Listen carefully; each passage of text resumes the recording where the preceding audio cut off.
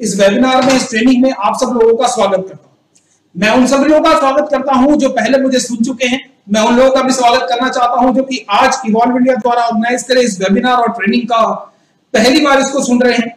और सभी लोग जो आज मुझे यहाँ पर देख रहे हैं, जो मुझे सुन पा रहे हैं, मैं उन सब लोगों का बहुत बहुत अभिनंदन करता हूँ, बहुत बहुत स्वागत करता हूँ। दोस्तों, आज मैं यहाँ पर आपसे 2-3 चीजों के बारे में बात करना चाहूंगा और उसमें सबसे पहले मैं बात करना चाहूंगा मल्टी लेवल मार्केटिंग के बारे में। ये मल्टी लेवल मार्केटिंग है क्या, इसकी शुरुआत कहां से हुई? दोस्तों, कुछ शुरुआत से पहले मैं आपको कुछ पिछले कुछ सालों में ले जाना चाहता हूं। मैं आपको बताऊं कि मल्टी लेवल मार्केटिंग की शुरुआत इंडिया में तो हुई कुछ 1995 में, यानी कि 1995 में। अगर मैं विदेशों की बात करूं, अगर मैं बात करूं अमेरिका और यूरोप की, तो वो शुरुआत हुई 1970-1975 के आसपास। लेकिन जब इंडिया में इसकी शुरुआत हुई मल्टी लेवल मार्केटिंग की, उससे पहले हमारा सिस्टम ऐसा नहीं था कि जो प्रोडक्ट हम यूज कर रहे हैं आज मल्टी लेवल मार्केटिंग के थ्रू, सेफ शॉप के थ्रू, उससे पहले हम वो प्रोडक्ट यूज नहीं कर रहे थे। दोस्तों, प्रोडक्ट तो हम बहुत समय पहले से यूज कर रहे थे। पहले ये प्रोडक्ट का सिस्टम क्या था और आज ये मल्टी लेवल मार्केटिंग में क्यों ये प्रोडक्ट आए, इसकी शुरुआत मल्टी लेवल मार्केटिंग की क्यों हुई, इन सब चीजों के ऊपर मैं आपके साथ में डिस्कशन करना चाहूंगा। लेकिन पहले मैं बात करना चाहूंगा कि मल्टी लेवल मार्केटिंग से पहले जो हमारा सिस्टम था वो किस तरीके से चल रहा था और आज भी वो चल रहा है। मैं उसमें एक प्रोडक्ट का एग्जांपल आपके साथ में लेना चाहूंगा सबसे पहले। और दोस्तों, वो प्रोडक्ट मैं एक कोक की एक छोटी सी बोतल के ऊपर से मैं बात करना चाहूंगा। आज एक आधा लीटर की एक बोतल जो कि हम कोक की मार्केट से आप भी खरीदते हैं, मैं भी खरीदता हूं, हम सब उसको पीते हैं। अगर मैं आधा लीटर की बात करूं तो आधा लीटर की हम बोतल लगभग 40 रुपए की हम खरीदते हैं। लेकिन दोस्तों, वो प्रोडक्ट जिसका हम कीमत 40 रुपए पे करते हैं, अगर मैं उसकी मैन्युफैक्चरिंग कॉस्ट के बारे में अगर आपको बताऊं, यानी कि जो उसकी उत्पादन, जो उसका उत्पाद हुआ, उसकी अगर मैं कॉस्ट के बारे में बताऊं तो आप हैरान हो जाएंगे। जी हाँ, उसकी जो प्रोडक्शन कॉस्ट है, उसकी जो मैन्युफैक्चरिंग कॉस्ट है, वो सिर्फ और सिर्फ 4 रुपए है। लेकिन वो 4 रुपए की बोतल हमारे तक पहुंचते पहुंचते वो 40 रुपए की हो जाती है। ऐसे कौन से बीच में चैनल्स हैं, ऐसे बीच में कौन से लोग हैं जो कि अपना ये मार्जिन बीच में रखते हैं और ये कॉस्ट बढ़ती रहती है। देखो, ये सिर्फ पेप्सी, कोक, स्प्राइट या उसमें नहीं है, ये हमारे जीवन में जितनी भी चीजें हैं ये उन सब में है, उन सब में। अगर आज मैं ये सूट की बात करूं तो इस सूट की जो मैन्युफैक्चरिंग कॉस्ट है, अगर वो 100 रुपए है, तो वो मेरे तक पहुंचते पहुंचते उसका जो कस्टमर रेट हो जाता है वो लगभग 1000 रुपए का हो जाता है। अगर मैं बात करूं ये चश्मे की बात करूं जो कि मैंने पहना हुआ है, अगर इसकी मैन्युफैक्चरिंग कॉस्ट की बात करूं तो शायद ये होगा 200, 300 या 400 रुपए का। लेकिन जब हम इसको लेंस कार्ड से या किसी और जगह से खरीदने के लिए जाते हैं तो ये मेरे को मिलता है वहां पर और आपको मिलता है 2000, 3000, 4000 या 5000 रुपए का। क्या मैं ठीक कह रहा हूं? जी हाँ, आप सब बोलेंगे कि जी हाँ सर, आप ठीक कह रहे हैं। ये ऐसा कौन सा सिस्टम है जो कि इसको इतना ज्यादा बढ़ा देता है? ऐसे कौन से लोग हैं बीच में जो कि इसका रेट इतना ज्यादा बढ़ा देते हैं? आइए कुछ देखता हूं। आज मेरे पास स्लाइड्स नहीं है, हमने एक नया एक्सपेरिमेंट करा है कि जिस तरीके से हम पहले ट्रेनिंग किसी ट्रेनिंग रूम में किया करते थे, हम किसी ऑडिटोरियम में किया करते थे, एक छोटे से हॉल में किया करते थे, आज इवॉल्व इंडिया के स्टूडियो में भी हमने स्लाइड्स के थ्रू नहीं, अपने बोर्ड के थ्रू, जिस तरीके से हम आज तक चलते आए हैं उसी के थ्रू हमने ये ट्रेनिंग की। आज हम वैसे कर रहे हैं। तो जिस बात के ऊपर में था कि ये ऐसा कौन कौन से लोग हैं जो कि 4 रुपए मैन्युफैक्चरिंग कॉस्ट वाली चीज हमारे तक पहुंचते पहुंचते 40 रुपए की कैसे हो जाती है।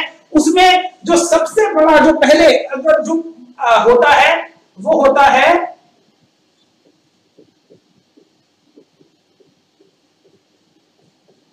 जी हाँ, मैन्युफैक्चरर के बाद वो प्रोडक्ट चाहे वो कोई भी हो, वो जाता है C&F के पास। C&F के बाद वो प्रोडक्ट जाता है डिस्ट्रीब्यूटर के पास। डिस्ट्रीब्यूटर के बाद वो प्रोडक्ट जाता है ट्रांसपोर्टर के पास। ट्रांसपोर्टर के बाद वो प्रोडक्ट जाता है एडवर्टाइजिंग के लिए, क्योंकि एडवर्टाइजिंग एक प्रोडक्ट को बेचने के लिए एक बहुत बड़ा खर्चा है। आज कोई भी प्रोडक्ट वो हमें पता कैसे चलता है, वो हमें पता चलता है जब हम उसकी एडवर्टाइजिंग देखते हैं, जब हम उसकी एड देखते हैं। वो एड हम टीवी में भी देखते हैं, वो एड हम न्यूज़पेपर में भी देखते हैं, वो एड हम सोशल मीडिया पे भी देखते हैं, वो एड हम बहुत सारी जगहों पर देखते हैं, और किसी भी जगह पर वो एड भेजने का एक खर्चा बहुत बड़ा होता है। इसमें जो अगला सबसे बड़ा खर्चा वो मैंने आपको बताया, एडवर्टाइजिंग। उसके बाद वहां से निकल के वो प्रोडक्ट जाता है होलसेलर के पास, उसके बाद वो प्रोडक्ट जाता है रिटेलर के पास, और रिटेलर के बाद वो प्रोडक्ट जाता है कस्टमर के पास। वही प्रोडक्ट जो यहां पर 20 रुपए का, सॉरी, जो 4 रुपए की जो चीज बनती है, जो कोक 4 रुपए की बनती है, वही प्रोडक्ट चलते चलते इन सब का बीच में मार्जिन लेते लेते एक कस्टमर के पास वो प्रोडक्ट जब पहुंचता है तो वो 40 रुपए का हो जाता है, वो 40 रुपए का हो जाता है। आज मल्टी लेवल मार्केटिंग की शुरुआत कहां से हुई कि मल्टी लेवल मार्केटिंग में एक नया सिस्टम आया, और वो सिस्टम कहता है कि कोई भी प्रोडक्ट जो कि मैन्युफैक्चरर से बनेगा, जो भी प्रोडक्ट मैन्युफैक्चरर से बनेगा, हम उसका कोई सीएनएफ चार्जेस नहीं देंगे, हम उसके ऊपर कोई डिस्ट्रीब्यूटर चार्जेस नहीं देंगे, हम उसका कोई ट्रांसपोर्ट का खर्चा नहीं देंगे, हम उसका एडवर्टाइजिंग नहीं करेंगे। आज अगर मैं बात कर रहा हूं, अब मैं आपसे कोक की बात कर रहा हूं, तो कोक का जो सबसे बड़ा खर्चा है वो है एडवर्टाइजिंग। दोस्तों, आप जब टीवी में आज देखते हैं या पहले कभी देखते थे, आज कोक के प्रोडक्ट को आए हुए आज शायद 30, 35, 40 साल हो चुके हैं, और 30-35 सालों से वो एड आए ही जा रही है। कभी उसको शाहरुख खान करता है, कभी उसको अमिताभ बच्चन करता है, कभी उसको आमिर खान करता है, और कभी बड़े बड़े स्टार्स करते हैं। और वो स्टार्स इस एडवर्टाइजिंग को करने के लिए जो अपना अमाउंट लेते हैं, वो अमाउंट जाता कहां से है? वो अमाउंट जाता है आपकी जेब में से या फिर वो मेरी जेब में से, यानी कि कस्टमर की जेब में से। वो एडवर्टाइजिंग, वो होलसेलर, वो रिटेलर, मल्टी लेवल मार्केटिंग ने कहा कि ये खर्चा हम नहीं करेंगे, हम सिर्फ एक काम करेंगे कि कोई भी प्रोडक्ट जो कि हमारी कंपनी सेफ शॉप मैन्युफैक्चरर से खरीदेगी और सीधा रिटेलर को देगी, और उसमें जो 70 से 80% इन सब लोगों को जाता है, वो 70 से 80% उन लोगों को ना देके, वो 70 से 80% या तो वो आपको जाएगा या वो मेरे को जाएगा, सेफ शॉप डिस्ट्रीब्यूटर को जाएगा, सेफ शॉप एसोसिएट को जाएगा। ये मैन्युफैक्चरर से लेकर सीधा कस्टमर तक ये चीज पहुंचती है, और यही सब मार्जिन जो इन सब लोगों को दिया जाता है, वो उन सब लोगों को ना देकर वो आपकी और मेरी जेब में आता है। ये सिस्टम आया मल्टी लेवल मार्केटिंग का। दोस्तों, मैं आपको एक बात और बताऊं, आज से पहले ये सिस्टम चले जा रहा था इंडिया में कि कोई भी प्रोडक्ट बेचने के लिए एक दुकान लेनी जा रही थी। अगर मैं बात करूं 1960, 1970 की, तो उन दुकानों की कीमत होती थी कुछ 10, 20, 30 हजार रुपए।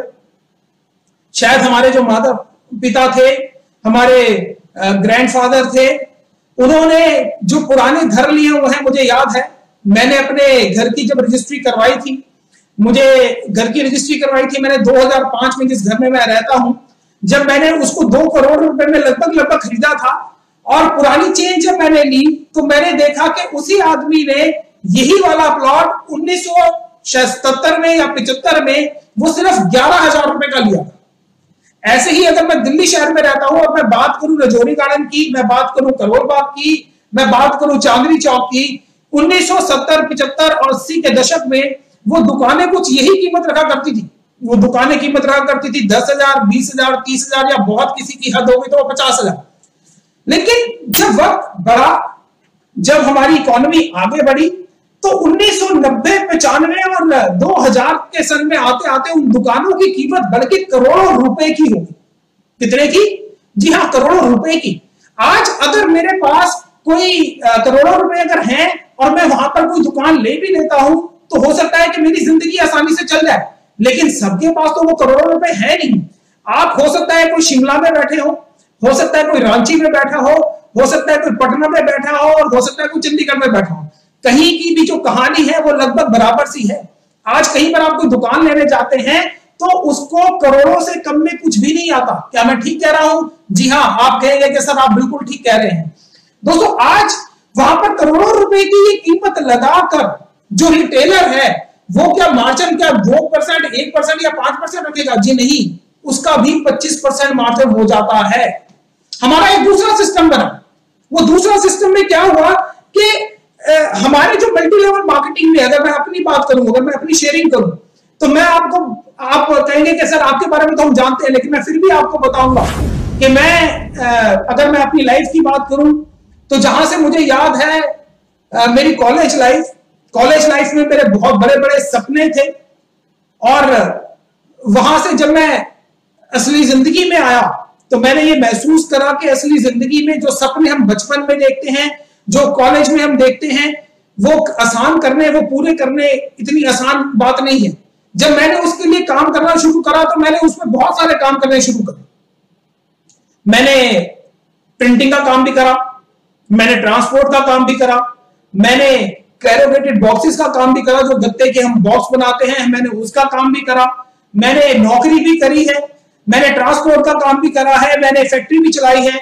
उन सब चीजों को आजमाने के बाद, उन सब चीजों में दाव लगाने के बाद मेरे जो सपने थे वो धुंधले से होते जा रहे थे, और मेरे को ये समझ में आना शुरू हो रहा था कि नहीं यार, जिंदगी वैसी नहीं है जैसे कि मैं सोचा करता था। और मैं क्या सोचा करता था कि यार चलाऊंगा तो बड़ी कार चलाऊंगा, पहनूंगा तो बड़ी शानदार सी राडो पहनूंगा, और बैठूंगा कहीं पर तो बड़ी शाही जिंदगी होनी चाहिए। लेकिन उस टाइम एक वक्त मेरी जिंदगी में एक ऐसा वक्त आया कि जबकि मुझे ऐसा महसूस होने लग गया, या मेरा माइंडसेट कहिए तो कुछ ऐसा हो गया कि नहीं यार, ये जो बातें हैं ये सपनों की बातें, और ये सिर्फ सपनों में ही ठीक लगती हैं। लेकिन दोस्तों फिर मेरी जिंदगी में सेफ शॉप आया। शायद वही मार्जिन, वही सब कुछ जो कि इन लोगों को मिल रहा था, वो मेरे को और आपको मिलना शुरू हो गया, और आज उसकी वजह से मेरी जिंदगी में एक बहुत बड़ा बदलाव आया। यही प्रोडक्ट्स मैंने लोगों को प्रमोट करने शुरू करे, मैंने लोगों को बताने शुरू करे, मैंने बिजनेस पे काम करना शुरू करा। आज मैं आपको बताऊं कि 19.5 साल हो चुके हैं मेरे को सेफ शॉप में। इस 19.5 साल के दौरान लगभग 50 लाख लोग हैं हिंदुस्तान में, जिनके के घर मेरे द्वारा और मेरी टीम के द्वारा ये प्रोडक्ट उन लोगों तक पहुंचाए गए हैं। और उसके ऊपर आज मैं 30 करोड़ से ज्यादा की इनकम कर चुका हूं। कितनी? 30 करोड़ से ज्यादा की इनकम। जो पुराने लोग हैं वो इसको शायद इतनी हैरानी से नहीं ले रहे होंगे, लेकिन जो मेरे नए एसोसिएट, जो मेरे नए और जो आज और कुछ पिछले कुछ वक्त में जुड़े हैं मेरे भाई और बहन, वो सोच रहे होंगे कि इतनी बड़ी फिगर 30 करोड़ रुपए, ये कैसे पॉसिबल है? ये कैसे पॉसिबल है? मैं आपको बताता हूं कि ये क्यों हो पाता है और कैसे हो पाता है। हमारी सोसाइटी में दो सिस्टम चलते हैं। पहला सिस्टम जो हमारी सोसाइटी में चलता है वो चलता है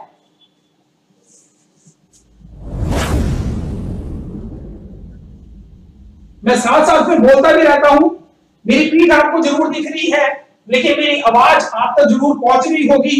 हमारी सोसाइटी में दो सिस्टम चलते हैं। पहला सिस्टम होता है अवर पीपल मनी, अवर पीपल एफर्ट्स। अब ये अवर पीपल मनी और अवर पीपल एफर्ट्स क्या चीज है, मैं आपको इसके बारे में बताता हूं।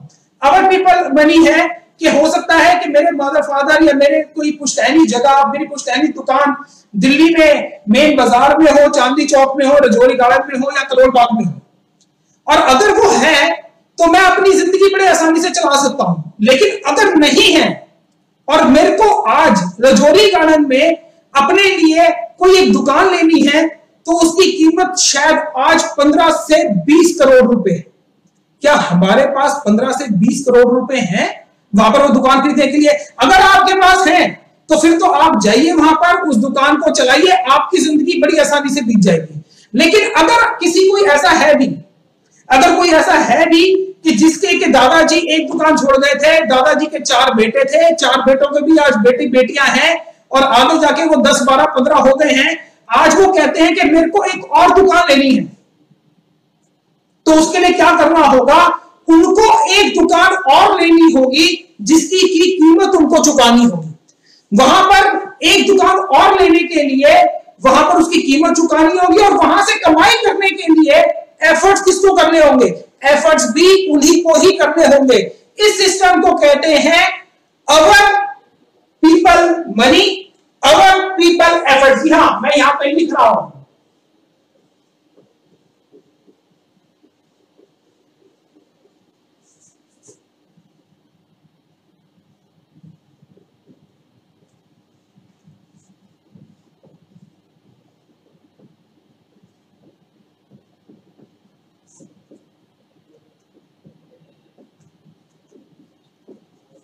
मैंने लिखा है अवर पीपल मनी अवर पीपल एफर्ट, यानी कि एक ऐसा बिजनेस जहां पर कि हम पैसा लगाते हैं और पैसा लगाने के बाद वहां पर मेहनत भी हम करते हैं और वहां से जो कोई कमाई होती है वो हमारी होती है।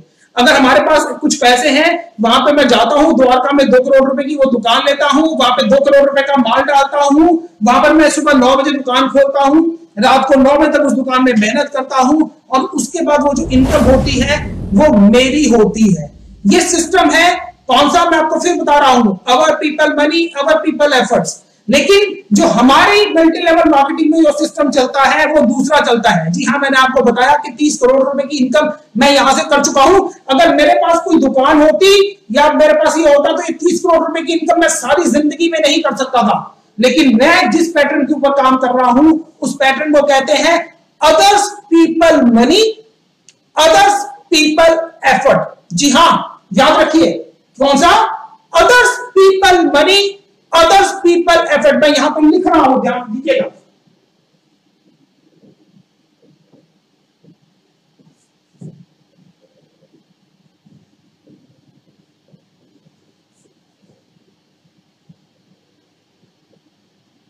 Others people money others people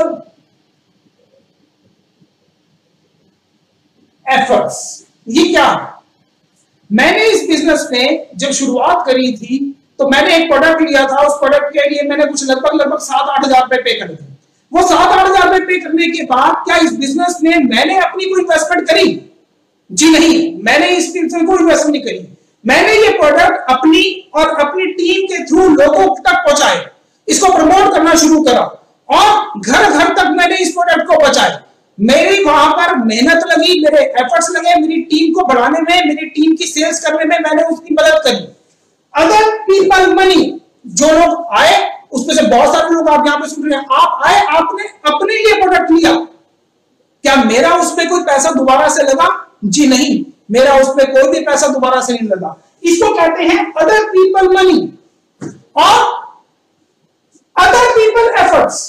क्या अगर मैं अकेला इस जिंदगी में 50 लाख लोगों के घर तक इन प्रोडक्ट्स को, सेफ शॉप के प्रोडक्ट्स को अगर मैं पहुंचाने की कोशिश करता तो क्या मैं जिंदगी में ऐसा कभी कर पाता? जी नहीं। 50 लाख लोगों तक घर पहुंचाने की बात तो छोड़िए, वो 50 लाख लोग सोचने की भी मेरे में क्षमता नहीं है। लेकिन अगर वो प्रोडक्ट्स पहुंच पाए तो इसको कहते हैं नेटवर्क की ताकत। ये नेटवर्क की ताकत की वजह से ही ये प्रोडक्ट्स उन तक पहुंच पाए। ये नेटवर्क की ताकत की वजह से ही आज मेरी इनकम 30 करोड़ से ज्यादा की हो पाई है। ये जो सिस्टम है others people money other people effort, ये सुनने में बहुत अच्छा नहीं लगता, लेकिन मैं आपको बताऊं कि इस दुनिया में जितने भी लोग रईस हुए हैं, इस दुनिया में जितने भी लोग अमीर हुए हैं वो इसी पैटर्न पे हुए हैं। जिसमें कि मैं अगर आपको बताऊं, अगर मैं बात करूं मुकेश अंबानी की, जी हाँ, मुकेश अंबानी हिंदुस्तान में एक ऐसा नाम है जो कि हिंदुस्तान का बच्चा बच्चा जानता है। आज अगर मैं मुकेश अंबानी की बात करूं तो मुकेश अंबानी भी अवर पीपल मनी अवर पीपल एफर्ट के काम नहीं कर रहा है। जी हाँ, वो ये अवर पीपल मनी अवर पीपल एफर्ट का काम नहीं कर रहे हैं। उन्होंने जब कंपनी की शुरुआत करी रिलायंस इंडस्ट्री, तो क्या पैसा अपना लगाया था? जी नहीं, पैसा उन्होंने अपना नहीं लगाया। पैसा कहां से आया? पैसा आया लोगों से। उन्होंने उसके बदले में शेयर दिए, उन शेयर से रिलायंस इंडस्ट्री के पास पैसा आया। पैसा अपना नहीं था, लोगों का ही पैसा था। और अदर पीपल एफर्ट्स, क्या सारा का सारा उनका परिवार का था? जी नहीं, उनके पास भी यही सिस्टम पे काम करते हैं। अदर पीपल मनी, लोगों से पैसा इकट्ठा करा। अदर पीपल एफर्ट्स, आज का मुकेश अंबानी काम करते हैं? जी नहीं, रिलायंस इंडस्ट्री में लगभग 3 से 4 लाख लोग काम करते हैं। वो जो काम करते हैं 3 से 4 लाख लोग, उनके एफर्ट की इनकम मुकेश अंबानी को मिल रही है, तभी आज वो इतना बड़ा एम्पायर इकट्ठा कर पाए हैं। और सिर्फ मुकेश अंबानी नहीं, आप जितने भी लोगों का, बड़े से बड़े लोगों का नाम उसमें ऐड कर लीजिए कि टाटा, अदानी, अंबानी और जितने भी रईस, चाहे आदित्य बिरला की बात कर लीजिए, चाहे रेमंड्स की बात कर लीजिए या किसी भी मालिक की बात कर लीजिए, जो आपको टॉप रईस मिलेंगे, जो सबसे रिच आदमी मिलेंगे, वो हमेशा इसी पैटर्न पे काम करते हैं। Others people money, others people effort. ये सिर्फ आप नहीं, ये सिर्फ हम नहीं, असली जो रिचनेस है वो इसी से ही आ सकती है। अगर आज आपके पास पैसे हैं भी, आप एक दुकान ले सकते हैं, एक दुकान के बाद दूसरी दुकान ले सकते हैं, पर दूसरी दुकान पे मेहनत करने के लिए लोग भी तो चाहिए। जो असली वो है, अगर कोई मुझसे पूछता है कि एक्चुअली इतना सारा पैसा आपके पास ही कैसे आया, इतनी बड़ी इनकम आप यहां पर कैसे कर सकते हो, तो मैं उनको सिर्फ यही चीज बताता हूं कि पैटर्न ये है कि जो कि आपको इतनी बड़ी इनकम दे सकता है। दोस्तों, multi level marketing, network marketing एक ऐसा कॉन्सेप्ट है जिसने कि आज मेरी जिंदगी बदल दी है। आज मेरी नहीं, लाखों लोग, मैं सिर्फ यहां पर अपनी कंपनी की बात नहीं करूंगा, मैं लाखों लोगों की बात कर रहा हूं जिन्होंने कि नेटवर्क मार्केटिंग इंडस्ट्री में अपनी लाइफ को बदला है। ये इनकम आप बहुत बड़ी कर सकते हैं, बहुत बड़ी इनकम कर सकते हैं, लेकिन एफर्ट्स लगाने पड़ते हैं, बहुत मेहनत लगानी पड़ती है। बहुत से लोग ये वाली बात कहते हैं कि हर्ष सर और दीपक सर बड़े मुकद्दर वाले हैं, जिनको की सेफ शॉप 2000 में ही मिल गई। क्योंकि आप में से बहुत सारे लोगों को शायद पता होगा, और जिन लोगों को नहीं भी पता, मैं आज उनको भी बताना चाहता हूं कि 14 दिसंबर सन 2000 में हमारी कंपनी की शुरुआत हुई, और 14 दिसंबर सन 2000 को ही मैंने और दीपक सर ने कंपनी के साथ शुरुआत करी थी। यानी कि अगर पहली ज्वाइनिंग की बात करें तो वो हर्ष बिल्ला और दीपक बिल्ला ही थे इस कंपनी में। हमने जब इस कंपनी की शुरुआत करी तो उस टाइम पे काम आसान नहीं था।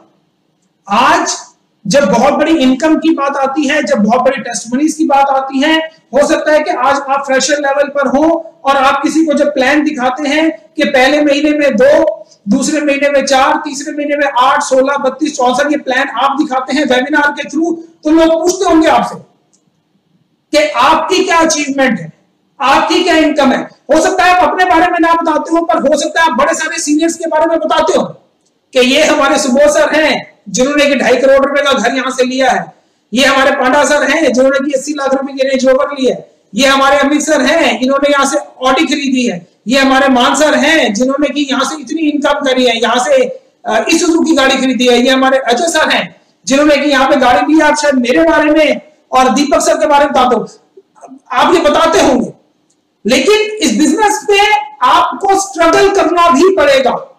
ऐसा नहीं है कि कोई 2001 में ज्वाइन हो गया था तो उसको स्ट्रगल नहीं करना पड़ा, और कोई 2020 में ज्वाइन करेगा तो उसको स्ट्रगल नहीं करना पड़ेगा। इस बिजनेस में मैंने और दीपक सर ने भी बहुत स्ट्रगल करा है।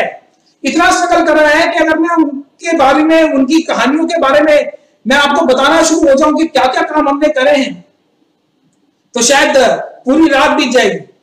लेकिन कुछ चीजें हैं जो कि मेरे को आज याद आती हैं, कुछ ऐसे स्ट्रगल हैं जो कि मेरे को याद आते हैं, जिनके बारे में कि मैं आज आपको जरूर बताना चाहूंगा।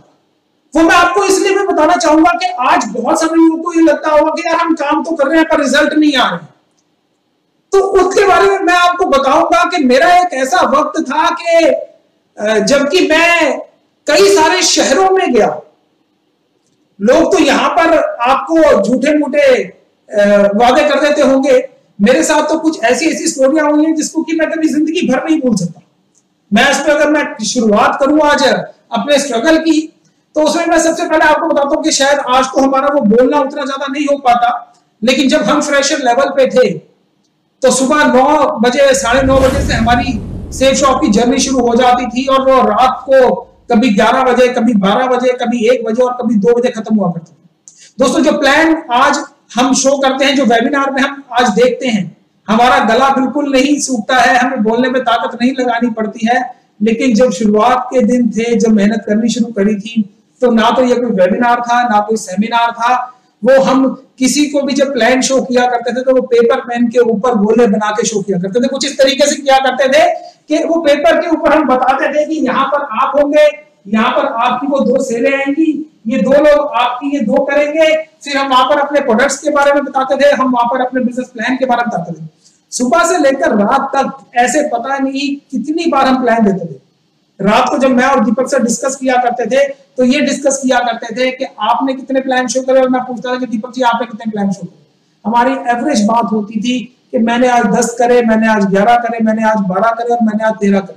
जी हाँ, अगर किसी को प्लान बताने में अगर 45 मिनट से 50 मिनट लग रहे हैं तो दिन के 10-10 बार प्लान शो करे हैं। मैं आपको बताऊं कि उस टाइम पे मेरे को एक आदत हुआ करती थी एक बैग रखने की, और उस बैग के अंदर मैं ग्लाइकोडिन की एक शीशी रखा करता था, अपना एक कप सिरप होता था, क्योंकि बोलते बोलते जब गले में दर्द होना शुरू हो जाता था तो उस टाइम एक हल्का सा एक कप सिरप का वो लेता था जिससे कि गले में आराम मिल जाए। वो दिन वो मेहनत करी है तो आज ये इनकम इतनी बड़ी है। अगर मैं आपको एक दिन की बात बताऊं कि आज आप बड़े सारे लोगों को पता होगा कि हमारे ऑफिस का एड्रेस A3/24 जनकपुरी में है। बहुत सारे लोग आप में से ऐसे होंगे जिन्होंने कि उस ऑफिस को देखा भी होगा। शाम को 7 बजे की बात है, हमारी एक डाउनलाइन ने एक मीटिंग एक फिक्स करी हमारे लिए और बोला कि सर गेस्ट ना 8 बजे तक आ जाए। 8 बजे हम अपनी तैयारी करके बैठे हुए थे और 8 बजे जब उसे पूछा कि यार गेस्ट आ रहे हैं तो उन्होंने कहा सर वो 9 बजे तक आएंगे। 9 की जगह 10 बज गए, 10 की जगह 11 बज गए, 11 की जगह 12 बज गए और वो गेस्ट नहीं आए। वहां पर जब हमने उनको मना करा कि 12 बज गए, अब गेस्ट नहीं आएंगे, तो मैं और दीपक जी अपने घर चले गए। जब हम घर गए और वहां पर रात को लगभग 1-1:30 बजे उस एसोसिएट का फोन हमारे पास आ गया कि सर वो गेस्ट ना अब आ गए हैं। रात को 1:30 बजे आ गए गेस्ट, क्या सर आ गए हैं और बड़ी दूर से आए। मुझे याद नहीं आज वो कहां से गया था, लेकिन हाँ ये मुझे याद है कि कहीं वो 20-30-40 किलोमीटर से आए थे। दोस्तों रात को 1:30 बजे मैं और दीपक जी अपने स्कूटर पे, मैं ये वाली बात भी जरूर बताना चाहूंगा, अपने स्कूटर पे। आज लोग हमको ऑडी में देखते हैं, लोग हमारे को बड़ी सारी गाड़ियों में देखते हैं, लेकिन जब हमने शुरुआत करी थी तो हमारे पास एक नीले रंग का एक स्कूटर हुआ करता था, जिस स्कूटर का नंबर होता था DL4S8532। आप अगर मनोज शर्मा जी से बात कर लेंगे तो वो एक ऐसे व्यक्ति हैं जिन्होंने कि हमको उस स्कूटर के ऊपर देखा हुआ था। जब तक मान साहब हमारे बिजनेस में आए तब तक हमने यहां से पहली एक मारुति कार लेनी थी, लेकिन मनोज शर्मा जी एक ऐसे व्यक्ति हैं जिन्होंने कि इस बिजनेस में लगभग दिसंबर-जनवरी सन 2001 में हमको उस स्कूटर में देखा हुआ है। दोस्तों रात को 1:30-2 बजे जब उस एसोसिएट का फोन आ गया कि मेरे गेस्ट अभी यहां पर आ गए हैं, तो मैं और दीपक जी अपने स्कूटर पे बैठकर ऑफिस आए। जो ऑफिस का गेट था वो बंद हो चुका था, गार्ड वो ताला वाला लगा के चला कहीं पे अपने घर चला गया था, लेकिन उस वक्त हम ये भी कर सकते थे कि अपने गेस्ट को और अपने एसोसिएट को ये कह सकते थे कि नहीं भाई अभी तो बहुत देर हो गई है और हम अभी नहीं दिखा सकते, प्लान अभी शो नहीं कर सकते। लेकिन वो दोस्तों एक ऐसा जोश और एक ऐसा जुनून ही सर पे सवार हो रखा था कि हमने जो रोड के बीच में एक जगह होती है छोटी सी जहां पे स्ट्रीट लाइट लगी होती है, वहां पर बैठ के स्ट्रीट लाइट के नीचे हमने उनको रात को 2 बजे से लेकर और 3 बजे तक उस प्लान को शो करा था। वो प्लान शो करा था और वो सेल भी आई थी। दोस्तों वो मेहनत करी है, वो स्ट्रगल करा है, तो आज यहां पर है। ऐसी अगर मैं आपको बात बताना शुरू करूं तो हमारी यहां पर जैसे भी बातों में मेरी बात निकल कर आई कि जब हमने यहां पर स्कूटर में आए थे और पहले कुछ दूसरे महीने में ही हमने यहां से एक मारुति कार परचेस करी थी। वो मारुति कार हमने 1,30,000 रुपए की यहां से परचेस करी। जी हाँ, 1,30,000 रुपए की। आज शायद 1,30,000 रुपए की कीमत नहीं रह गई और 1,30,000 रुपए की बात करते इतना ज्यादा मजा नहीं आता हमारे मुंह से। लेकिन उस टाइम पे जब हमने ये मारुति कार ली थी तो सच्चाई आपको बता रहा हूं कि वो पहली हमारी एक बड़ी अचीवमेंट थी और आज भी मेरी नजरों के सामने है। मुझे आज भी वो चीज याद आती है कि जिस दिन हमने वो मारुति कार खरीदी थी। दोस्तों वो मारुति कार को इस बिजनेस को बढ़ाने के लिए हमने पहले 1 साल में 70,000 किलोमीटर चलाई थी। कितनी? 70,000 किलोमीटर। जी हाँ, बहुत सारे लोग आज ये सोच रहे होंगे कि सर झूठ बोल रहे हैं, कोई गाड़ी 70,000 किलोमीटर 1 साल के अंदर नहीं चल सकती, क्योंकि ज्यादातर हमने ये देखा है कि हम स्कूटर, बाइक या कार जो भी चलाते हैं वो तो 1 साल के अंदर सिर्फ 5,000, 6,000 या 7,000 चलती है। ये 70,000 कैसे हो कह दिया सर, तो शायद 7,000 कह रहे होंगे। जी नहीं, मैं अपना बिल्कुल सोच समझ के कह रहा हूं कि वो कार हमने पहले 1 साल के अंदर 70,000 किलोमीटर चलाई थी। और कोई भी ऐसा शहर हमारे आसपास क्या हिंदुस्तान में ऐसा नहीं था जहां पर कि हम वो कार लेके के नहीं गए थे। कुछ ऐसा होता था कि मैं यहां से गया चंडीगढ़ में हमने सेमिनार करा और रात को मैं वापसी आ गया। रात सुबह गए, सारा दिन वहां पर काम करा, रात को वहां से 10 बजे चले और सुबह कुछ 3-4 बजे के आसपास हम घर पहुंच गए। मैं घर आके सोया, दीपक जी ने वही कार उठाई और वो कार उठाने के बाद वो चले गए जलंधर, वो चले गए जयपुर, वो चले गए आगरा, और ऐसे करते करते काम करते करते ऐसा जुनून सवार हुआ था कि हमने वो अपनी कार 1 साल के अंदर 70,000 किलोमीटर चलाई। जी हाँ, 70,000 किलोमीटर। अब बात अभी निकल कर आई कि मैंने उस कार से मैं चंडीगढ़ गया था। अब जब चंडीगढ़ की बात आई तो मैं आपको याद दिलाता हूं कि लोग आज कहते हैं कि सर लोग ना धोखा दे देते हैं, लोग कहते हैं कि हाँ करेंगे और हाँ करने के बाद वो ज्वाइन नहीं करते हैं, वो धोखा दे देते हैं। दोस्तों, जितने धोखे मैंने खाए हैं ना उतने किसी ने नहीं खाए होंगे, या मैं कहूंगी जितने धोखे मैंने और दीपक जी ने खाए ना उतने किसी ने नहीं खाए होंगे। और धोखे हमने कोई छोटे मोटे नहीं खाए, बड़े बड़े धोखे खाए। 2001 में मेरे एक एसोसिएट के थ्रू एक सेल आई, मुझे नाम याद है, मिस्टर संजीव थे और वो चंडीगढ़ के रहने वाले थे। दोस्तों, मैंने उनको बिजनेस बढ़ाने की बात करी और उन्होंने मेरे को कहा कि सर आप चंडीगढ़ आ जाओ और वहां तो सेलों की लाइन लग जाएगी। दोस्तों, मेरे उनके साथ चंडीगढ़ का एक टाइम फिक्स हुआ। एक चंडीगढ़ शताब्दी चलती है, ये बात मैं आपको बता रहा हूं 2001 की। चंडीगढ़ शताब्दी चलती है जो यहां से लगभग 5:30 बजे चलती है और 7:45 बजे के आसपास चंडीगढ़ पहुंचा देती है। दोस्तों, मैं यहां से सुबह शायद अपने 3-3:30 बजे उठा होऊंगा, तैयार होकर, ट्रेन का जमाना था, आज तो मेरे को ट्रेन में बैठे बहुत वक्त हो गया, लेकिन उस टाइम पे कहीं पर भी जब आना जाना होता था तो वो ट्रेन से या कार से ही होता था। वो किस्सा मेरे को याद है कि मैं ट्रेन से गया था चंडीगढ़ संजीव जी से मिलने के लिए।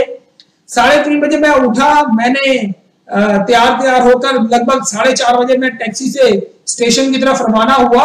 और जब मैं टैक्सी में बैठा हुआ था तो मैंने संजीव जी को फोन करा कि संजीव जी मैं चंडीगढ़ आ रहा हूं और मेरी जो ट्रेन है वो 7:45 बजे चंडीगढ़ पहुंच जाएगी। और संजीव जी ने मेरे को ये कहा कि सर आपको मैं लेने के लिए स्टेशन आ रहा हूं, चंडीगढ़ में आपको मिलूंगा। दोस्तों, मैं यहां से चंडीगढ़ पहुंचा और चंडीगढ़ पहुंचने के बाद मैंने वहां से उनको फोन मिलाया तो उनका फोन स्विच ऑफ। मेरे दिमाग में आया कि शायद बैटरी डाउन हो गई होगी, तो वो आ रहे होंगे मेरे को लेने के लिए। मैं वहां पर ट्रेन से उतरा क्योंकि मैंने उनको वो बोगी नंबर दिया हुआ था कि इस बोगी नंबर के बाहर मैं खड़ा होऊंगा, और मैं उनको फोन मिलाया जा रहा हूं। लगभग 15 मिनट हो गए, आधा घंटा हो गया, 1 घंटा हो गया, 2 घंटे हो गए, मैं वहां पे उनका इंतजार कर रहा।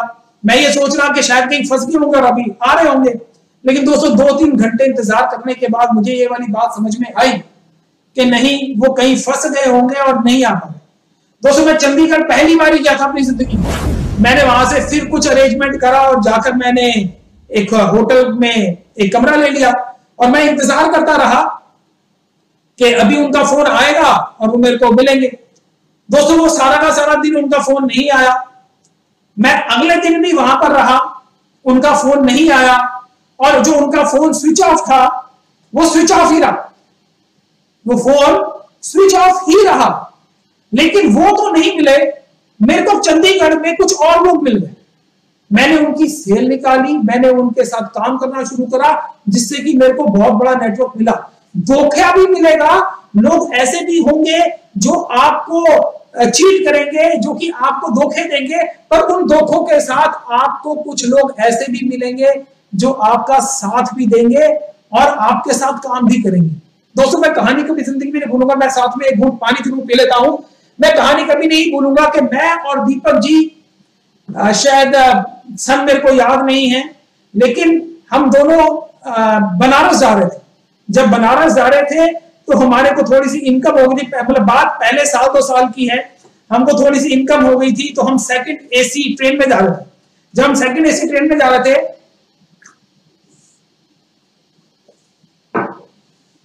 तो वहां पर हमारे एक ट्रेन में जैसे होता है ना, बड़े सारे साथी आपको मिलते हैं। जब वो साथी मिलते हैं तो बात होनी शुरू हो जाती है, और उस टाइम पे जुनून सवार था अपने सेल निकालने का। तो यहां से ट्रेन में जाते जाते ही हमने एक आदमी को बिजनेस प्लान दिखाया, उसकी सेल हमने वहीं पे ट्रेन में ले ली। वो कुछ दिन ऐसा था कि आज हम बनारस जा रहे हैं और कल शाम की हमारी वापसी है। तो उस व्यक्ति को जब हमने सारी चीजें बताई तो उन्होंने कहा कोई बात नहीं, आप अपनी एक काम करिए, कल शाम की जो जाने की ट्रेन है वो आप कैंसिल करवाइए और आप फिर बाद में चले जाना इस दौरान आप मेरे साथ काम कीजिए। दोस्तों हमने जाने की ट्रेन की टिकट उसी टाइम कैंसिल करवा दी, और कैंसिल करवाने के बाद हम वहां पर थे, हम उन लोगों के घर पहुंचे तो बस उन्होंने धोखा देना शुरू कर दिया। उन्होंने वही गोलियां देनी शुरू कर दी जो कि आप में से बहुत सारे लोगों को वो गोलियां मिलती होंगी और वो देख रहे होंगे। वो गोलियां उन्होंने देनी शुरू कर दी और उसके बाद वो हमको मिलेंगी। और ऐसा एक बार नहीं, ऐसा मेरे साथ कई बार हुआ है। मैं जबलपुर गया, जी हाँ, मैं जबलपुर की कहानी जरूर आपको बताना चाहूंगा। अजय पिल्ले जी जबलपुर के रहने वाले हैं। सन 2001 में जबलपुर में अजय पिल्ले जी को ज्वाइन करवाने नहीं गया था। मैं जनवरी फरवरी 2001 में जबलपुर में गया था और उस टाइम मैंने बड़े सारे लोगों को प्लान दिखाया, और उस टाइम पे मैंने एक ऐसे एक व्यक्ति को भी प्लान शो करा जिसका कि मैं यहां से नाम तो नहीं लूंगा, लेकिन ये जरूर बताऊंगा कि आज वो हमारे ही कंपनी के नेटवर्क में मेरे पैरेलल में है। मैंने उनको वहां पर वो प्लान शो करा। मेरी उम्र बड़ी छोटी थी, 25 साल की लगभग मेरी उम्र थी, और उनका जो नेटवर्क मार्केटिंग में जो एक्सपीरियंस था वो बहुत बड़ा था।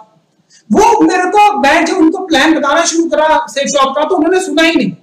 उन्होंने टोटली मेरे को देखते ही, मेरी बातें सुनते ही मेरे को रिजेक्ट कर दिया। लेकिन क्या उसके बावजूद भी मेरा नेटवर्क बना? जी हाँ, बहुत अच्छा बना। लाखों लोग हैं जो कि मेरी तरह बनना चाहते हैं। दोस्तों मैं आपको सिर्फ यही चीज यहां से एक बताना चाहूंगा कि दोस्तों, अगर किसी ने अचीवमेंट करी है, किसी ने कोई भी अचीवमेंट करी है, तो उसके पीछे उसने बहुत मेहनत भी करी है, उसने बहुत स्ट्रगल भी करा। दोस्तों मैं पहले 1 साल की ही बात आज आपसे करूंगा, मैं आज की बात नहीं करूंगा। मेरे को बिजनेस में 1 साल ही हुआ था, बड़े अच्छे रिजल्ट मिले जा रहे थे। चेक 5,000 से 10,000, 10,000 से 20,000, 20,000 से 30,000, लाख, 1.25 लाख, 1.5 लाख चेक बन गया था। एक हफ्ते का 1,73,000 रुपए। कहते हैं कि जब बिजनेस में ऐसे चेक बन रहे होते हैं तो उस टाइम पे मेरे को ऐसा लग रहा था कि कैपिंग है क्या 2 लाख रुपए की, ये तो ऐसी मैं अगले हफ्ते ही अचीव कर लूंगा। लेकिन ये बिजनेस है, इसमें बिजनेस ऊपर जाता है तो बिजनेस नीचे भी जाता है। इस बिजनेस को नीचे की भी वो लगता है। जब ये बिजनेस ऊपर जा रहा होता है तो ऐसा लगता है कि कैपिंग है क्या, और उस टाइम मेरे को भी ऐसा ही लग रहा था कि आज इस हफ्ते का मेरा चेक 1,73,000 का बना है, तो कैपिंग है क्या, ये कैपिंग तो अगले हफ्ते ही लग जाएगी। लेकिन फिर कुछ गलतियां होनी शुरू हुई। वो 1,73,000 से जो चेक है वो गिरते गिरते 1,50,000, 1,50,000 से 1 लाख, फिर 50,000, फिर 25,000, और वहां से गिरते गिरते वो हफ्ते का 5,000 का रह गया। दोस्तों जब वो 5,000 का रह गया तो उस टाइम हमको दोबारा से बैठना पड़ा, हमारे को रजा सर के साथ बैठना पड़ा और ये पूछना पड़ा कि हम कहां गलती कर रहे हैं। वहां पर उन्होंने हमको बताया कि तुम्हारा चेक जैसे जैसे बढ़ता रहा तुम बेसिक्स भूलते रहे, लेकिन आज वो वक्त दोबारा से आ गया है जहां पर कि तुम्हें बैक टू द बेसिक्स फिर आना पड़ेगा। वहां से हमने शुरुआत करी लोगों को सिखाने की। उससे पहले हम क्या गलती कर रहे थे कि हम सीख रहे थे और काम करे जा रहे थे। वहां से हमने शुरुआत करी, वहां से हमको समझ में आई कि जो चीजें हमने सीखी वो हमने अपनी टीम को भी सिखानी है। सिर्फ मेरी ट्रेनिंग लेने से कुछ नहीं होगा, मेरे सभी एसोसिएट तक ये ट्रेनिंग पहुंचनी बहुत जरूरी है। सिर्फ मेरे को वेबिनार नहीं अटेंड करना, मेरे को अपनी टीम में हर एक एसोसिएट, हर एक गेस्ट तक इस वेबिनार को पहुंचाना होगा। ऐसी बहुत सारी चीजें जब हमने वहां से सीखी, तो सीखने के बाद हमको ये पता चला कि कहां हम गलती कर रहे हैं, कैसे कैसे और बिजनेस को इंप्रूव करना है। हमने वो करनी शुरू करी। तो आज मैं 4 आईडी से कैपिंग पर हूं। महीने की 32 लाख रुपए की मेरी यहां से इनकम है। अचीवमेंट बहुत सारी है, अभी अचीवमेंट की बात मैं थोड़ी देर बात करूंगा आपसे, लेकिन आप भी यहां से वो अपनी इनकम को बढ़ा सकते हैं। दोस्तों बहुत सारी इनकम है जिसके बारे में कि आपको पता है, लेकिन कुछ ऐसी इनकम्स भी हैं जिसके बारे में कि बहुत सारे लोगों को नॉलेज नहीं है। बहुत सारे लोगों में मैं बात करूं कि मैं उन लोगों को भी यहां पर उन लोगों की भी मैं यहां पर बात कर रहा हूं जो कि हमारे साथ कई सालों से जुड़े हुए हैं, लेकिन उसके बावजूद भी वो उसी पैटर्न पे चले जा रहे हैं जिस पैटर्न पे वो शुरू से चल रहे हैं। उनको भी आज थोड़ा सा बदलाव करने की जरूरत है। और बदलाव करने की जरूरत किस चीज में है, मैं थोड़ा सा इसके ऊपर आपको बताना शुरू करता हूं। हम आज तक जो अपनी इनकम करे जा रहे हैं, जो मेरी आदत में भी है, मैं ऐसा नहीं कहूंगा कि ये मेरी आदत में नहीं है, ये मेरी आदत में भी है कि हम जो बात करते हैं वो बात अपनी सिर्फ जो बाइनरी इनकम की है हम उसकी बात करते हैं। वो इनकम जो कि हमको हमारे एफर्ट के थ्रू और हमारी टीम के एफर्ट के थ्रू मिलती है, जिसको कि हम कैपिंग कहते हैं हफ्ते की 2 लाख की। वो 2 लाख की तो एक कैपिंग है ही, लेकिन उस 2 लाख के साथ में हम एक 2 लाख रुपए की कैपिंग और भी अचीव कर सकते हैं। और वो कौन सी इनकम है? वो है रीपरचेज के ऊपर इनकम। जी हां दोस्तों, आज हमारे पास बहुत सारे ऐसे प्रोडक्ट्स हैं जो कि रीपरचेज में लिए जा सकते हैं। बहुत सारे ऐसे प्रोडक्ट हैं जो कि आज एमआरपी और जिनका की प्राइस एमआरपी का कुछ और है और सेल शॉप प्राइस कुछ और है। दोस्तों ये ऐसी इनकम है जिस इनकम से हम अभी तक बहुत सारे लोग ऐसे हैं जो कि इस इनकम को कर रहे हैं, और बहुत सारे ऐसे लोग हैं जो कि अभी तक इस इनकम के ऊपर उनका ध्यान नहीं गया। आज मैं इस वेबिनार के थ्रू उस इनकम के ऊपर भी आप लोगों का ध्यान दिलाना चाहता हूं। ये दोस्तों वो इनकम है जो कि हमारे प्रोडक्ट्स की MRP minus SSP sale shop price की इनकम है। आज मैं आपको बताऊं कि इस लॉकडाउन के दौरान बहुत सारे लोगों ने ये वाली बात कही कि घर पे थे और बड़ा कुछ खाया पिया, वेट बढ़ गया। लेकिन मैं आपको बताऊं कि मैंने तो इस लॉकडाउन के दौरान अपना वेट रिड्यूस करा है। अगर मैं अपने ये थोड़े से पुराने सूट को देखूं तो ये मेरा काफी खुला सा हो गया है। वो इसलिए हो गया है क्योंकि मैंने घर पे रहते हुए या आदत डाल ली कि मैंने हमारा जो नोनी जूस है उसको दिन में 3 बार मैंने लेना ही लेना है। जी हाँ, उसके साथ में मैंने थोड़ी सी डाइट कंट्रोल तो करी, लेकिन मैंने दिन में 3 बार उस नोनी जूस को कंज्यूम करना शुरू करा। और उसका मैं आपको बताऊं कि मेरी बॉडी में बड़ा ही जबरदस्त असर हुआ है। मेरा जो एनर्जी लेवल है वो पहले से इंप्रूव हो गया है। मेरा जो डाइजेशन सिस्टम है वो पहले से बहुत ज्यादा इंप्रूव हो गया है। जो सारा दिन में एक एनर्जी लेवल, शाम को अगर आप सुबह 6 बजे के उठे हुए हैं और 6 बजे उठ के मैं बैडमिंटन भी खेलता हूं, उसके बाद तैयार श्यार होकर 10 साढ़े 10 बजे ऑफिस के काम शुरू कर देता हूं। अगर जैसे हमारी ये ट्रेनिंग शाम को 7 बजे की हमारी ये ट्रेनिंग शुरू हो चुकी है, लेकिन उसके बावजूद भी जो मेरा एनर्जी लेवल है वो बड़ा अच्छा रहा है। और उसके साथ जो मेरे को सबसे बड़ा फायदा हुआ है नोनी का, वो ये हुआ है कि मेरा जो वेट है जो कि इन दिनों में बढ़ना चाहिए था, वो मेरा वेट बढ़ा नहीं बल्कि मेरा वेट रिड्यूस हुआ है। ये इस प्रोडक्ट का सबसे बड़ा फायदा मेरे को हुआ है। मैं इस प्रोडक्ट को आपको एक बात बताऊं कि मैंने पहले तो एक ले लिया, मैं बात बता रहा हूं आज से 1.5 साल पहले की। मैंने इस नोनी जूस को पहले 1 बॉटल ली, वो 1 बॉटल शायद मेरी कुछ मैंने कंज्यूम करी और कुछ मेरी खत्म हो गई। घर वालों ने, बीवी बच्चों ने वो लिया नहीं। लेकिन अब मैंने इसको रेगुलर बेसिस पे कंपनी से रीपरचेज करना शुरू करा है। और उस रीपरचेज में बहुत सारी चीजें जो कि आपने भी लेनी शुरू करी है, उस रीपरचेज की इनकम भी हमको मिलती है। और ये बहुत बड़ी इनकम है। ये एक ऐसी इनकम है जिसके ऊपर ज्यादातर लोगों का ध्यान नहीं गया। उसमें जो पहले इनकम मिलती है वो मैंने आपको बताया, वो इनकम है एमआरपी माइनस एसएसपी की। यानी कि जब आप नोनी को प्रमोट करते हैं, जब आप लोगों को देते हैं, तो उसमें आपको वो वाली जो इनकम है वो मिलती है। ये 10%, 20% और किसी किसी प्रोडक्ट में 30% की भी इनकम है ये वाली। और दूसरी चीज, इसमें जब आप किसी चीज को कंज्यूम करते हैं, किसी चीज को मैं कंज्यूम करता हूं, तो वही उसी के ऊपर हमको बाइनरी में वो इनकम मिलती है। वो इनकम मिलती है रीपरचेज इनकम। ये इनकम तब होगी हमारी जब ऐसे प्रोडक्ट हम अपने पास रखेंगे। सपोज आज मेरे पास, मैं आपको बताऊं कि मैंने अभी इसी लॉकडाउन के दौरान 1 लाख रुपए की रीपरचेजिंग अपनी आईडी के थ्रू करी। मेरे बहुत सारे लोग उस नोनी प्रोडक्ट को देख के, हमारे आंवला तुलसी को देख के, हमारे एलोवेरा जूस को देख के, री नोनी को देख के, मल्टी डाइट को देख के, हमारे वे प्रोटीन को मुझसे ले जा चुके हैं।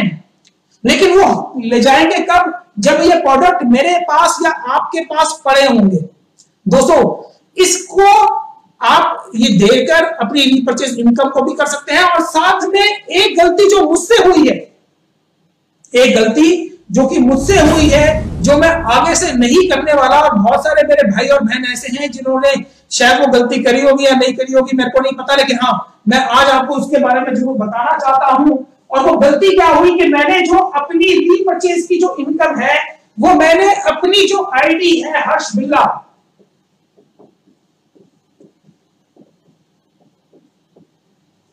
मैंने वो 1 लाख रुपए की जो रीपरचेज है जिसके मैंने प्रोडक्ट खरीदे वो मैंने अपनी आईडी हर्ष बिल्ला से ही कर ली। जिसका कि हुआ ये कि वो जो उसके ऊपर जो कमीशन बटनी चाहिए थी वो नहीं बटी।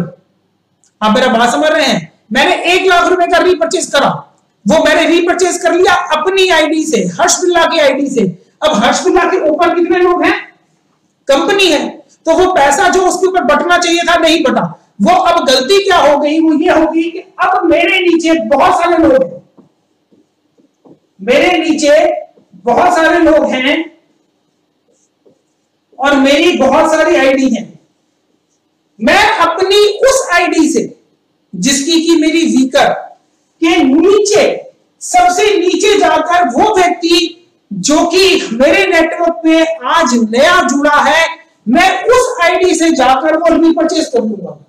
मैं आपको बताना चाह रहा हूं, मैं अपनी बात को रिपीट कर रहा हूं कि मैंने 1 लाख रुपए का रीपरचेज करा, लेकिन मुझसे गलती ये हो गई कि वो 1 लाख रुपए का रीपरचेज मेरी जो ऊपर आईडी है हर्ष बिल्ला, मैंने उसे कर लिया। उसको करने के पीछे ये हुआ कि उसमें जो पैसा बटना चाहिए था ऊपर वो नहीं बटा, और अगर किसी के ऊपर पैसा नहीं भी बटता तो उसके ऊपर जो उसको बैलेंस मिलना चाहिए था वो नहीं मिला। अगर वो मैंने 1 लाख रुपए की परचेजिंग करी तो उसके ऊपर लगभग मैं बात कर रहा हूं 1500 से 1700 बीवी का माल मैंने परचेज करा। वो 1500 से 1700 बीवी का माल जो मैंने परचेज करा वो मैंने हर्ष बिल्ला आईडी से कर लिया, जिसके ऊपर की डिस्ट्रीब्यूशन नहीं हुआ। लेकिन अगर यही मैं नीचे जाता और अपने सबसे नीचे एक मेरा एसोसिएट जो कि कल ज्वाइन हुआ है, जो कि आज ज्वाइन हुआ है, मैं उसकी आईडी से जाकर मैं बिल टू तो कर देता उसका, अपने एसोसिएट का, और शिप टू मतलब कि जहां पर वो माल आना है वो मैं अपने घर का देता, तो मेरे पास माल भी पहुंच जाता और उस 1 लाख की जो बीवी का जो डिस्ट्रीब्यूशन था वो सबको चला जाता। कोई उसके वीकर में होता तो उसका चेक बन जाता, और किसी के अगर वो स्ट्रॉन्गर में होता तो उसको उसका बैलेंस मिल जाता, यानी कि उसकी वो जो 1 लेग है वो तो अपने आप ही चल जाता। दोस्तों, ये रीपरचेज एक बहुत बड़ी इनकम है, ये रीपरचेज एक बहुत बड़ा स्कोप है, ये रीपरचेज एक ऐसी इनकम है कि अगर आपका जो बैटरी का चेक है वो अगर 50,000 रुपए का बन रहा है और साथ में ये रीपरचेज में भी अगर आपका 50,000 रुपए का चेक बन जाता है तो आपका चेक बढ़ के 1 लाख रुपए का हो जाता है। बस उसके लिए एक ही वो है कि आप और मैं जब अपने पास इस चीज का स्टॉक रखेंगे तो हमारी ये रीपरचेज डे बाय डे बढ़ेगी। दोस्तों, मैं अभी ये बात कर रहा था कि स्ट्रगल तो बहुत कर रहे हैं यहां से, लेकिन स्ट्रगल के साथ सेल शॉप ने जो अचीवमेंट दी है ना उसको जिंदगी में नहीं भूल सकता। मैं आज मेरे पास ऑडी कार है, लेकिन मैं वो दिन भी कभी नहीं भूलूंगा जब मैंने यहां से पहली बार मारुति कार खरीदी। जी हाँ दोस्तों, 2001 फरवरी में मैंने यहां से 1,30,000 रुपए की एक मारुति कार खरीदी थी। कारें तो उसके बाद बहुत सारी ले ली, मारुति से यहाँ पे स्कूटर पे आया था, मारुति भी ली, उसके बाद स्टीम भी ली क्योंकि स्टीम का जमाना हुआ करता था। मुझे आज भी वो दिन कभी नहीं भूल सकता। 9 जून मेरी बिटिया का, सान्या का, बहुत सारे लोग उसको जानते हैं, उसका जन्म हुआ था, और 11 जून को मेरी और दीपक जी की डबल डायमंड की प्रमोशन थी। एक कहीं पर किसी के मुंह से सुना था कि वो बच्चे को घर लेकर आए थे तो नई गाड़ी में लेकर आए थे।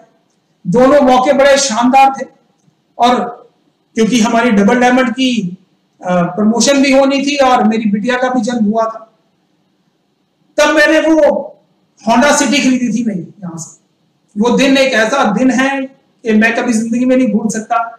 डबल डायमंड की प्रमोशन हुई थी, बिटिया हुई थी, और मैं उस बिटिया को नई कार पे घर जब लेकर आया था। अचीवमेंट की बात करूं तो उसके बाद कारों की तो कई सारी लाइन लगी है। मैं अभी यहाँ पर बात कर रहा था घर की। 2 करोड़ रुपए का जब जिस घर में मैं आज रहता हूँ, बहुत सारे लोगों ने वो घर देखा हुआ है। 2 करोड़ रुपए का जब वो घर लिया था सेफ शॉप की इनकम से, आज सेफ शॉप की इनकम मैं बताता हूँ 30 करोड़ से ज्यादा थी। 2 करोड़ का वो जो घर लिया था वो आज बढ़ के 15 करोड़ का हो चुका है। वो इनकम मैं इसमें इंक्लूड नहीं करता हूँ। बहुत सारी प्रॉपर्टीज जो कि मैंने सेफ शॉप में शुरू में इनकम करके मैंने बनाई थी, आज उसकी कीमत कहां से कहां पहुंच गई, वो मेरी एक बहुत बड़ी अचीवमेंट है। पूरी दुनिया घूम चुका हूं, पूरी दुनिया। ये सब कुछ अगर पॉसिबल हो पाया है तो वो सेफ शॉप की वजह से हो पाया है। और सबसे बड़ी अचीवमेंट जो पूरे हिंदुस्तान में इतना प्यार करने वाला, इतना सम्मान करने वाले जो मेरे दोस्त, मेरे साथी मिले हैं, जिसमें कि आप सब शामिल हैं, वो जो मेरे को मिले हैं, ये मेरी सबसे बड़ी अचीवमेंट है। दोस्तों, सेफ शॉप में, इवॉल्व इंडिया में जो अगर मैं बात करूं, इतना कुछ दिया, और इतना कुछ में मैं सब कुछ है आज मेरे पास। सोना चांदी भी है, गाड़ियां भी हैं, प्रॉपर्टी भी है, शेयर्स भी हैं, हर एक चीज है। लेकिन जो सबसे ज्यादा प्यार और सबसे ज्यादा मैं कहूं लगाव अगर वो किसी चीज से है तो वो नेटवर्क से है। और अगर जो सबसे बड़ी अचीवमेंट है वो ये नेटवर्क ही है। और इसको बनाकर उनके साथ काम करके जो मजा आता है वो मैं शब्दों में बयान नहीं कर सकता। आज मैंने कोशिश करी कि आपको थोड़ा सा बता पाऊं कि मल्टी लेवल मार्केटिंग क्या है, कुछ एक नए कंसेप्ट के साथ। हमने शुरुआत करी थी स्लाइड्स के साथ में, और आज से वैसे ही दोबारा जैसे हम बोर्ड के ऊपर अपनी प्रेजेंटेशन को, अपनी ट्रेनिंग्स को किया करते थे, वैसे ही आ गया हूं। तो मैंने जो बात करी मैंने मल्टी लेवल मार्केटिंग क्या है। आप अचीवमेंट ले सकते हैं, बहुत बड़ी बड़ी ले सकते हैं, लेकिन उसके लिए मेहनत करना बहुत जरूरी है। जो भी कहीं पर भी किसी भी लेवल पे पहुंचा है वो अपने मुकद्दर से नहीं पहुंचा है, वो अपनी मेहनत से पहुंचा है, वो अपने स्ट्रगल से पहुंचा है। मैं हमेशा एक बात कहता हूं कि लोग अक्सर कहते हैं कि गाय दूध देती है क्या, तो मैं कहता हूं कि गाय दूध नहीं देती, गाय में से दूध निकालना पड़ता है। नेटवर्क बनता नहीं है, नेटवर्क बनाना पड़ता है। नेटवर्क अपने खून और पसीने से बनाना पड़ता है। मैंने आपको तीसरी चीज बताई कि हमारे साथ में अभी तक बहुत सारे हमारे भाई और बहन ऐसे हैं जो रीपर्चेज वाली उसके ऊपर ज्यादा ध्यान नहीं दे रहे हैं, लेकिन आज के बाद, इस मीटिंग के बाद, इस ट्रेनिंग के बाद, इस रीपर्चेज वाली इनकम के ऊपर भी हम सारे काम करेंगे। दोस्तों, मैं इसी बातों के साथ आज की इस ट्रेनिंग मीटिंग को यहाँ पर खत्म करना चाहता हूँ। Thank you friends, thank you so much, thank you so much.